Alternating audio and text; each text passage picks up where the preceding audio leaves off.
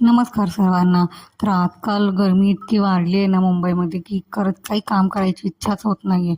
तर सकाळी सकाळी झाडू वगैरे मारून घेतला, फरशा वगैरे पुसून घेतल्या. तर इतकं घामाघाम झालेलं सगळं. त्यानंतर मी अंघोळ वगैरे आवरून घेतली. नंतर इकडे कपडे वगैरे धुवायला टाकले होते मशीनला, ते वाळायला घालत होते. तर माझ्याकडे ना असं गॅलरी वगैरे काही नाही आहे, त्यामुळे इकडे खिडकीवरती चढूनच मला कपडे वाळायला घालायला लागतात. तर मोठे काही सामान असेल ना तर खूपच अवघड होऊन जातं काम सगळं. छोटे छोटे कपडे असतील तर मग काय पटकन होऊन जातं. आणि आज मला ना बेडशीट वगैरे सगळं धुवायचं होतं, कारण काल ईशानने उलटी करून सगळंच खराब केलेलं. 2 बेडशीट टाकली, दोन्ही पण खराब केली दोन्ही वेळेला. त्याच्यामुळे हे सगळं धुवायचं होतं, धुतलं. त्याच्यानंतर हे सगळं वाळायला घालत होते. बेडशीट वगैरे वाळायला घालायचं म्हणजे ना खूपच कष्ट करावे लागतात असं वाटतंय मला तर. त्याच्यानंतर हे सगळं आवरलं. नंतर मग देवपूजा करून घेतली. देवपूजा करताना थोड्या वेळासाठी फॅन बंद केला. तर इतकं घाम झालं, खूपच गरम होत आहे. आणि माझं कसं आहे माहिती आहे काय, मला देवपूजा केल्याशिवाय जेवण पण जात नाही आणि काहीच काम करू वाटत नाही. त्याच्यामुळे सगळं अंघोळ वगैरे आवरल्यानंतर मग पहिला देवपूजा करून घेत असते. नंतर मग फॅन खाली बसावं लागलं तरी चालेल.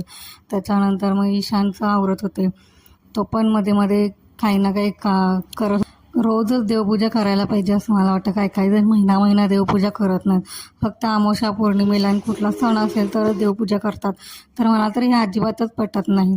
त्याच्यानंतर इकडे ईशानने हळदी कुंकूचं सगळं सांडून ठेवलं होतं.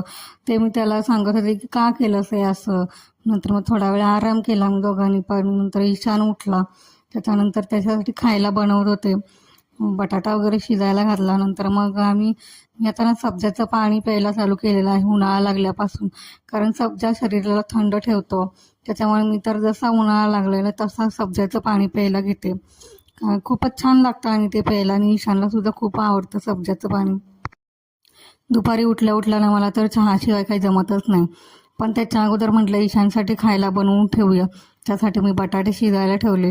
नंतर मग मी मस्त फ्रीजमधलं पाणी घेतलं आणि त्यात थोडंसं सब्जा घालून ठेवला. मग ईशानला आणि मला पण प्यायला होते ते पाणी. मी तर दिवसातून 2 ते 3 वेळा, सकाळी संध्याकाळ दुपार, ते सब्जाचं पाणी पितच असते. त्याच्यामुळे शरीराला थोडं थंडावा मिळतो आणि मग आपल्याला उष्णतेचा जास्त त्रास होत नाही. मी तर प्रेग्नन्सीमध्ये सुद्धा सब्जाचं पाणी पितच होते. ईशानचं कसं आहे माहिती आहे का, उठल्या उठल्या त्याला ना घेऊन बसायला पाहिजे कोणीतरी. मग त्याला मी अशा वेळेला थोडंसं टी व्ही लावून देते. जास्त बघत नाही तो, पण मध्ये मध्ये खेळत असतो. पण सुरुवातीला उठल्या उठल्या त्याला थोडंसं टी व्ही लावून देते, पाणी पाजून वगैरे. नंतर मग मी इकडे तो टी व्ही बघत बसला तोपर्यंत म्हटलं